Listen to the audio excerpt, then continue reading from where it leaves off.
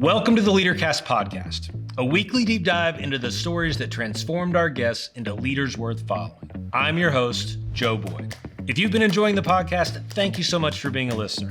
One simple thing you can do to help us out is to give a review on the app wherever you listen. Thanks. Welcome to the Leadercast podcast. Today's guest is Ian Cron. I'm very excited for you to hear the conversation that I had with Ian.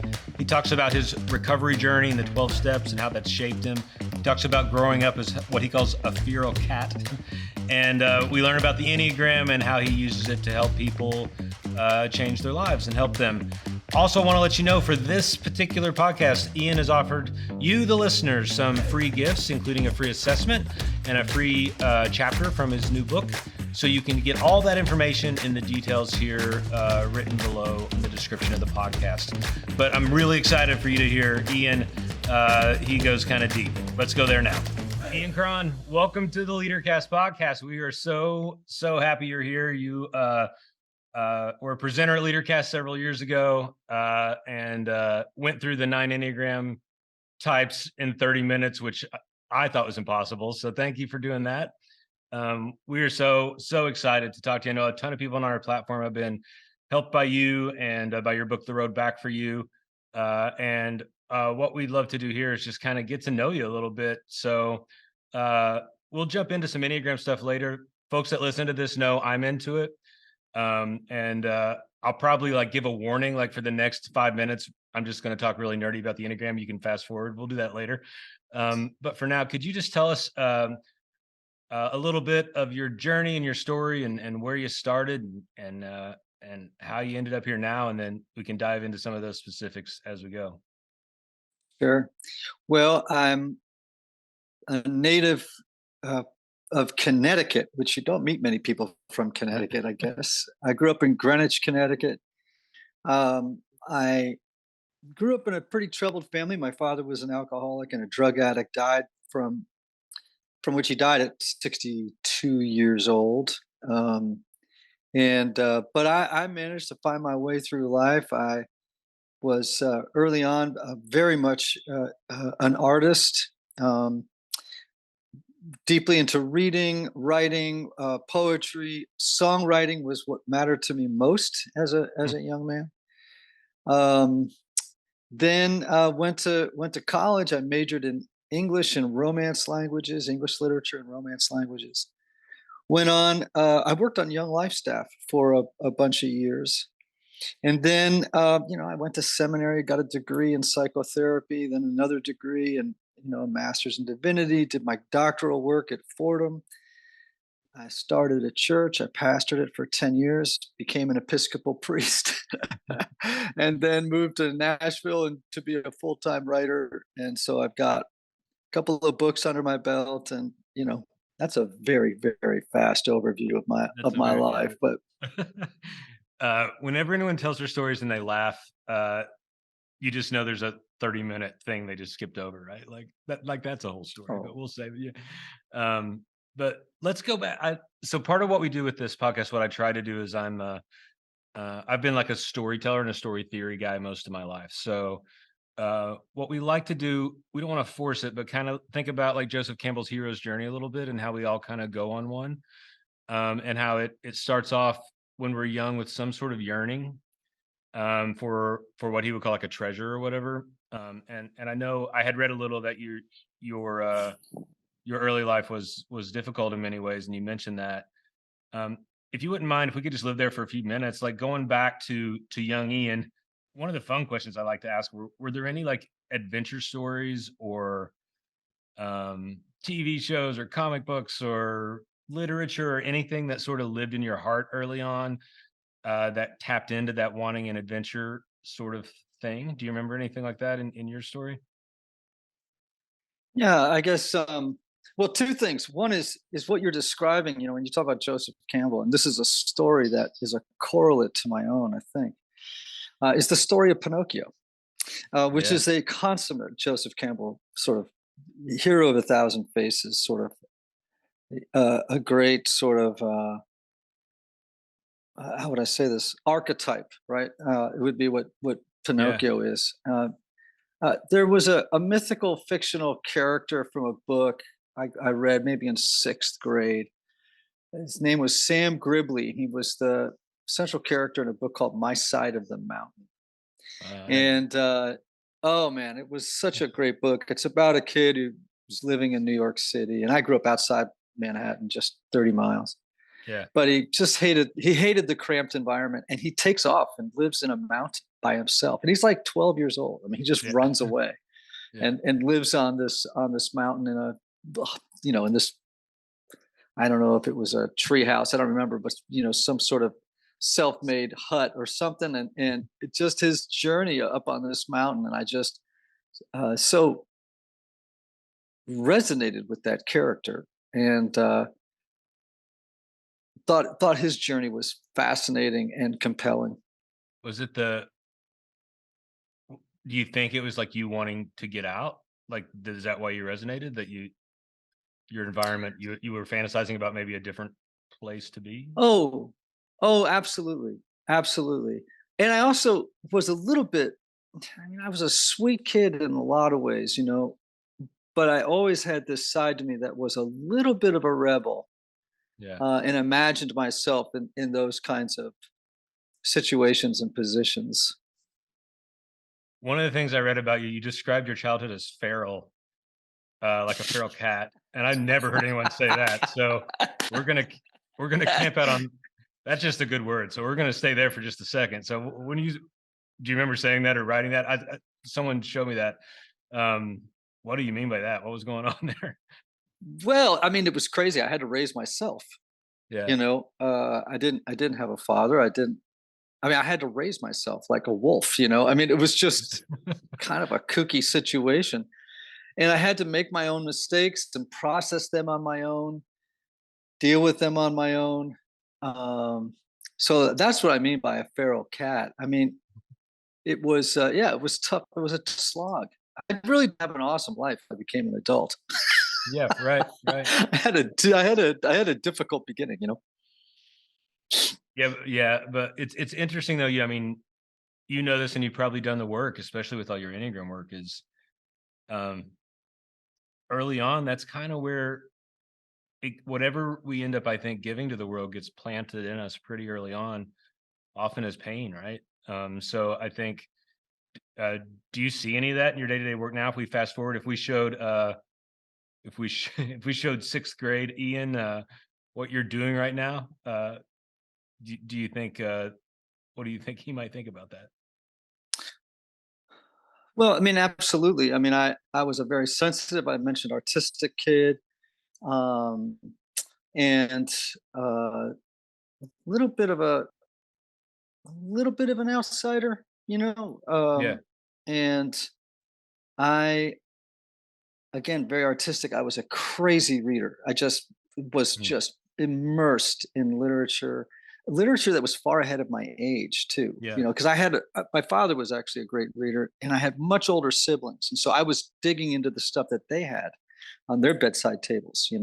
I just would consume literature Mm. and music. So here I am, bunch of years later. I live in Nashville. I write books. I have two bestsellers. I don't say that to credentialize as much as to say what a dream that I'd never anticipated would. If you had said to me at sixth grade, "Hey, Yeah. don't worry, you're living a crappy life right now, but guess what? One day you're going to be married. You're going to have three beautiful kids. You're going to have two bestsellers, and you're going to win a Dove Award for writing a great song. And you're going to all the things you ever dreamed of doing. You're Yeah. going to do them." Yeah. I'd have been like, "Okay, hold Okay. on. It's gonna be all right." Yeah. Could have taken some of the pressure off. Yeah. We talk about, I talk about dragons and how every great story has a dragon to overcome. There's usually like an inner one and an outward one. But as you got older, and to get you from, say, teenage, young 20s Ian to where you are now, where you feel pretty great about your life. What would you say was the biggest sort of dragon you had to slay or overcome to get where you are? Well, I mean, I guess two things. One is I had no choice but to process what I experienced growing up in my 20s. I mean, I really was faced with little choice in the matter, Yeah.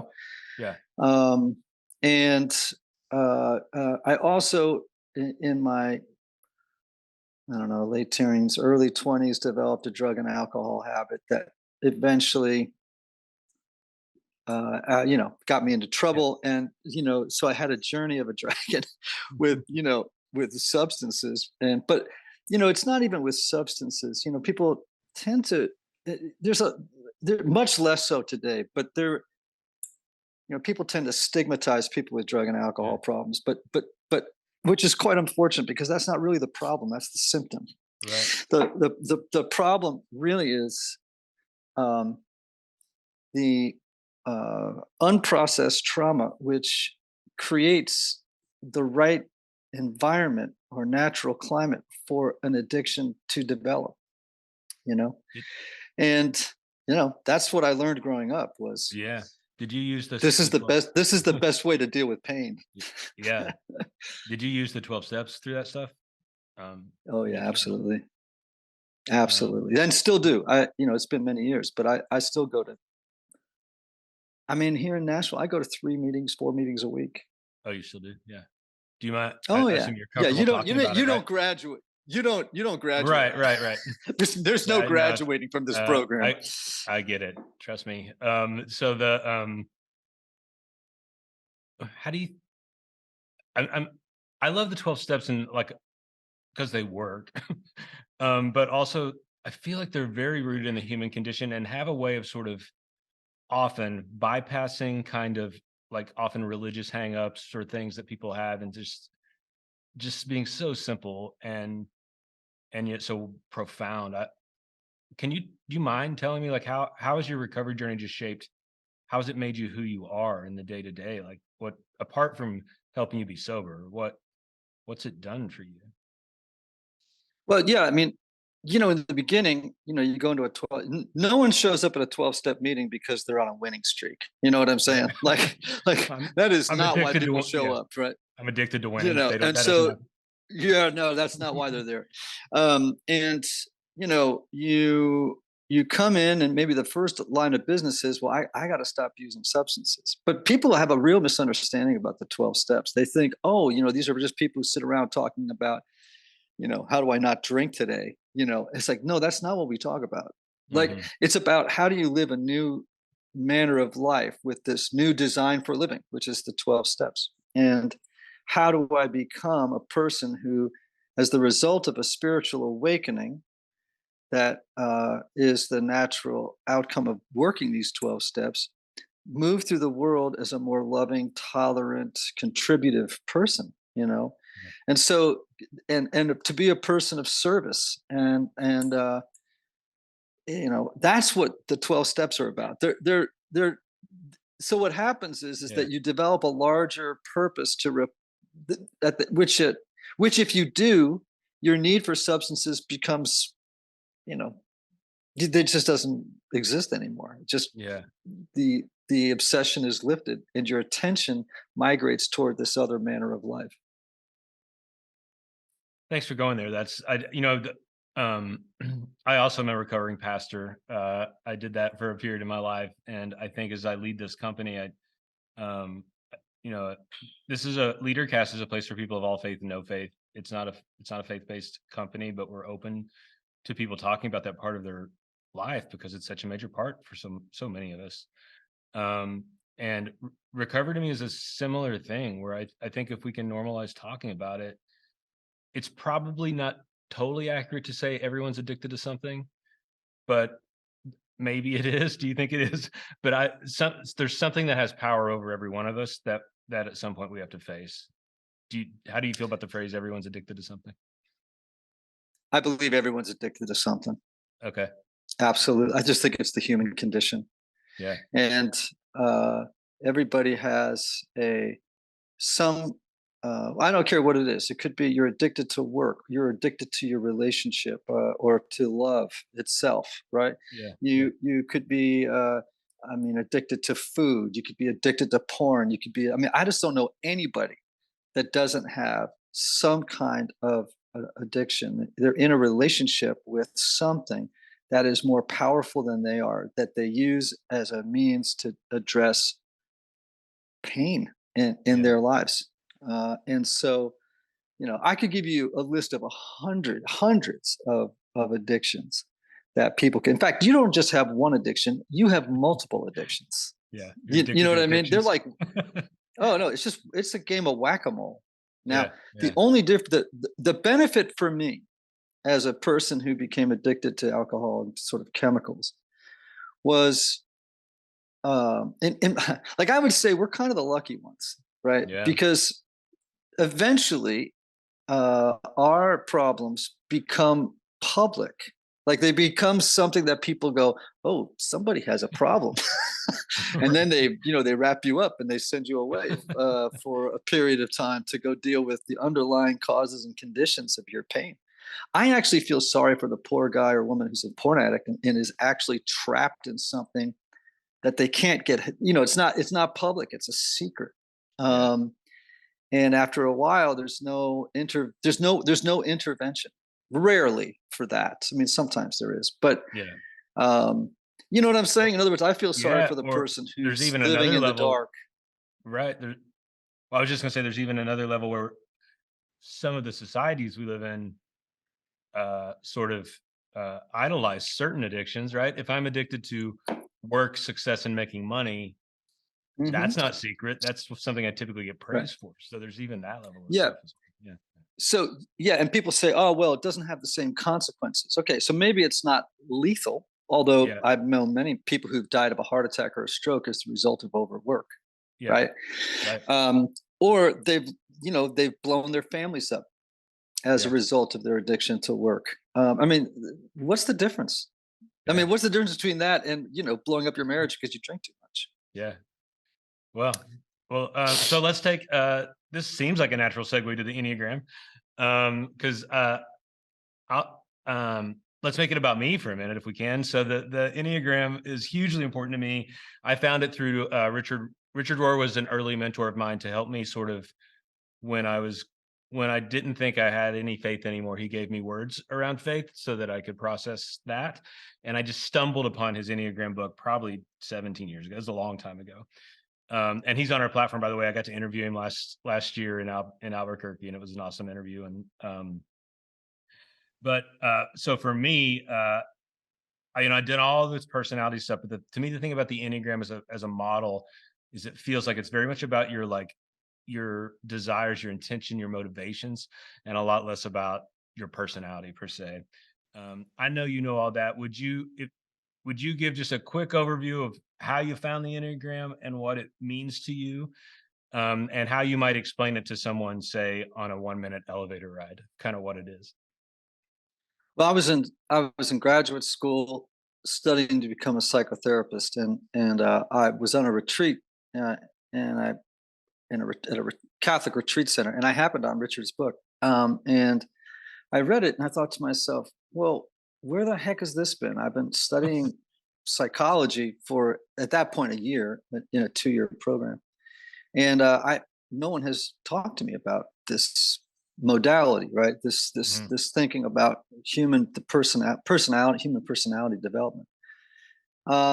And I was very taken with it by its simplicity, by how actionable it was. Mhm. Um, I Over the years following that, I was in graduate school. I was doing so much stuff. I didn't have time to go do a deep dive into it.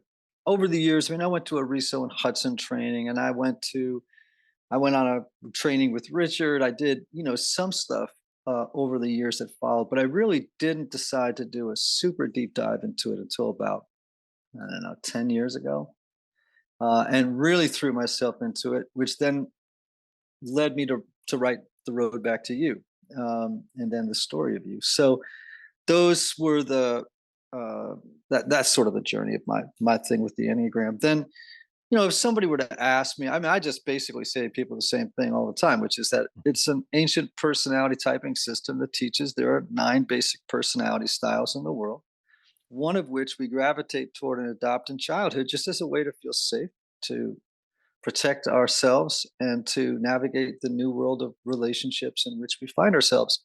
And as you mentioned, each of those types has an underlying motivation and an unconscious motivation that powerfully Mhm. influences.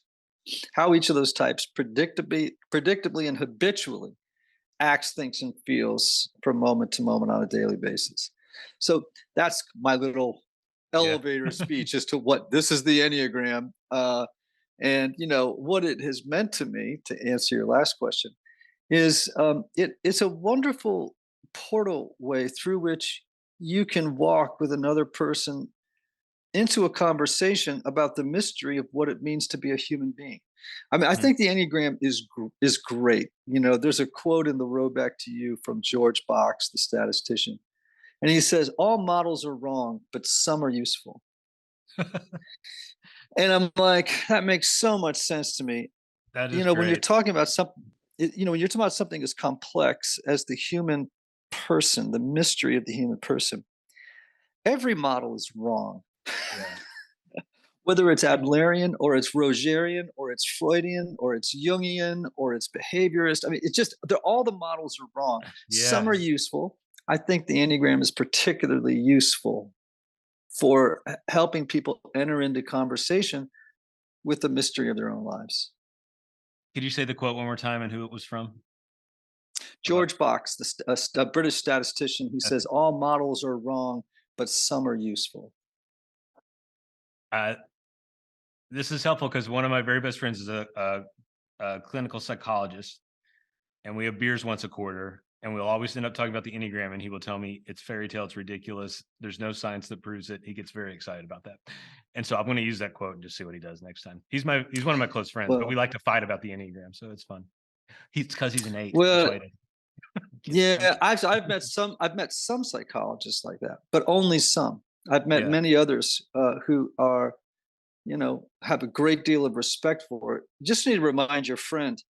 Well, first of all, there's a great deal of scientific. There's actually a recent article in the journal of a major psychology journal about doing a deep dive into Yeah. the science of the Enneagram. That said, I just always tell people, look, anecdotal evidence is evidence. I mean, it doesn't, Yeah. Right. you know, you can't downplay anecdotal evidence as evidence. Well, how you So talk about it. you can argue with the science, but you can't argue with the millions and millions of people whose lives have been changed for the better because they work with the Enneagram. Absolutely. And the conversation. What you said about there's a mystery to it. I mean, it's sort of founded by mystics in a way, right? And some people are very uncomfortable with even acknowledging mystery. There's that part of it, but life has mysteries. And it is a wonderful model to talk about that part of life. Exactly what you just said. You said it in words better I've ever been able to say it. But if two people sort of understand it, you can start talking about mysteries of life in a different way. And that's why I find it Mhm. Yeah. incredibly that it's useful, but that's what makes it fun to me. Like we can have these conversations.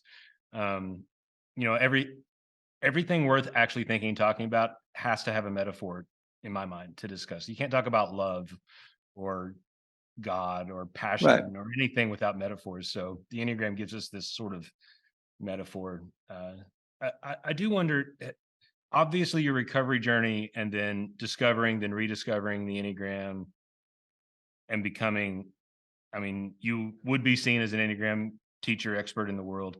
How would you feel like your recovery journey marries up with the Enneagram, and maybe do you feel like it gives you any sort of different sort of take or maybe kind of a different accent on the Enneagram and what it is? Well, I mean, I think my recovery journey has been uh, just so incredibly profound, um, so life and heart shaping. Um, and obviously I mean, just honestly, it's had far more effect on my life than the Enneagram ever has. Yeah, I mean, yeah, the Enneagram didn't save my life. right. you know, like literally, right? Yeah, no, I got you. Um, Yeah, that that said, you know, um, look, you asked me earlier, what would the sixth grader me think about yeah, my 62-year-old me? Okay. yeah, And everything in my early life was all about transcendence. And I would even say that part of my attraction to substances was the feeling of transcendence that they gave me. sure, yeah, So, and even Carl Jung used to describe alcoholics as frustrated mystics. And I think that there's some real truth to that, right?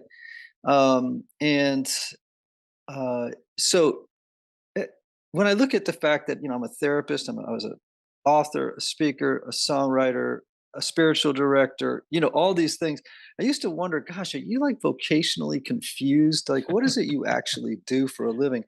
Then one day I realized, well, what I do is I help people um, make contact with transcendent themes in their lives. Like, why am I here? What does any of this matter? What does my suffering mean? How can I leverage suffering for something redemptive and helpful, generative for the world? These were the kinds of things I cared about, even as a young kid. And so you Yeah. write songs about those things, and you write books about those things, and you become a priest, and you go through certain liturgies and practices that help people. So everything I ever did became something that was all in service to that goal, right? Yeah. And you know, um, my recovery journey and the Enneagram were just parts of those, you know, that Yeah. repertoire, that repertoire of experiences and trainings that helped me enter into people's lives in such a way that I hoped to facilitate deep, deep change in the core of their person. At Leadercast, we do these big, you've spoken at them, like these sort of events. Transcendent might be a strong word for them, but there is something that happens when you get in a room with a bunch of people, focus on something, and kind of get swept away in something, right? Which I think is, we call it like being spark, like having a spark. But often those moments don't actually change you; they just make you want to change. And so, we begun sort of thinking about the work that just people do in their life. There is spark work. You have to have those moments that make you want to change. Um, and there's a shadow spark work too, where pain can do that, of course, but you can purposely have a spark. And then there's kind of teamwork where you, uh, much like what you've done your whole life in your groups, where you have honest conversations with folks about getting better. And then there's also obviously solo work where you are with yourself. Um, I'll just straight up ask you in front of everybody that's in our community, does that resonate as true to you, that that's basically kind of how, say I wanted to be a better person, or in our context, a better leader? Does it kind of make sense to say those are the three ways we're doing work? We're doing sort of transcendent spark work, we're doing community, and then individual. Does that resonate with you? Sure. There are lots of ways. There are lots of Every model is modalities. flawed, Ian. Yes, Is it a that's true. useful model? Let me ask that. Is it a useful model? Yeah, sure. It absolutely is. Yeah. It absolutely is. I mean, I've heard lots of models for change, and Yeah. I would say that most change, if not all change, isn't something you do. It's something that gets done to you as a result of your giving consent to some power greater than yourself to do for you what you've been unable to do for yourself. Hmm. Now, that power may be the power of a community that Yeah. in which you find yourself. It may be in the form of your faith in some higher power, God, or whatever you choose to call it, right? Yeah. Or maybe some teaching like Buddhism. Whatever it is. I think change has to be mostly the result of your consenting to something or someone greater than yourself who can do the lion's share of the work in your heart and in your mind. Most people make the mistake of thinking that all change is self generated. Well, that's like self help. Listen, if I could have helped myself, Yeah. Right. don't you think I would have? Yeah. Right? I mean, it's so ultimately, you want to be a better leader. There is a part of that journey of becoming a better leader that is about recognizing your powerlessness over your own defects of character that prevents you from becoming a great leader, and then turning those over to something or someone greater than yourself to help transform you into the leader you want to be, but can't be under your own self management. You're Well, that's looking what, at me like, what the hell did you no, just this is, say? you don't know me well. This is my look of, this is my truth bomb look. Like, every word you said the last 2 minutes resonates as totally true. And anytime somebody, it's 90% awe, 10% jealousy of anytime somebody puts something so beautifully into words that you just know is true. And what you just said to me, um, improv comedy. I quit being a pastor and got into improv comedy. I learned the tenets of improv comedy, and I get in trouble for saying this all the time. I was like, I had to quit being a pastor to find my religion, is how I talked about improv. Because I submitted to it. I submitted to yes and. I submitted to listening. I submitted to being part of a team and not an individual. And those things instantly started to change my life when I submitted to them. And I've never stopped. I still have my faith, but it's different than this sort of system I gave myself over to.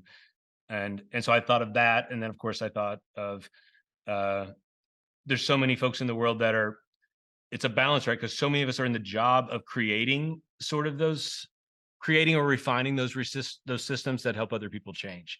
And so it's humbling then to think of it as we actually can't change them and they can't change them, but we can create an opportunity for them to submit to be changed. And that is like, you just did a I only have a curse word to explain what you did to my mind, so I won't say it, but I appreciate it. That was I'm glad. That was worth the price of this podcast, which is free on all platforms, but it's worth even more than that. So, hey, I always conclude with just a couple of things. So, kind of a serious question. There's folks going to be listening to this. A lot of them will know you. Many of them will not. The Road Back to You is the book of yours that I first read and loved. I know you have a new book, and I think you also might have some free resources. So all the details from that we got from your office, and they'll be in the description of the podcast. But if folks want to connect with you, or if they want those free resources, could you let us know the best way to do that? Yeah, I mean, obviously they can go to my website, which is ianmorgancron.com, ianmorgancron.com. And I think we've set up sort of an offering for your audience, right? Yes. Yeah, we'll get all those details to them. Yeah, well, we have a brand new online course that just launched this week called the Enneagram in the Workplace. Because, most of my work is done in the corporate space. It's not, it's like I mostly work with leaders, right? Yeah. And so folks can, go to my website, Ian Morgan Cron, or they can go to typologyinstitute.com, which is, sort of the umbrella piece for my resources. And they can just use the discount code Leadercast and they'll get 20% off on an annual subscription. And that gives them access to all three of my Enneagram courses. Awesome. And of course, Amazon for books, all that stuff. You can be found. Thank you so much. I try to ask one sort of fun question at the end. This is all I got is for Enneagram nerds, I guess. So you have to do a road trip from Nashville, where you live, to LA. And no type is better than the other, but you have to pick two strangers to go on this road trip with, only by their Enneagram type. As a 4, play the Enneagram lottery. Who are you going on the road trip with? Who's the best road trip partner? Let's assume they're reasonable. Oh, well, my initial thought is a very healthy 9 would be awesome on a road trip. Yeah. And a very healthy 7. So those two energies would be really fun to drive across the country with. That's awesome. I'm a 7. As soon as I get healthy, we'll go on a road trip. How's that? Well, find a 9. Oh, I got one. Ian, you're the best. Thank you so much. Your time it's humbling for me to be able to just have your time. And thank you so much for being a part of this. It's my pleasure. Thanks for having me. Okay. Talk to you later.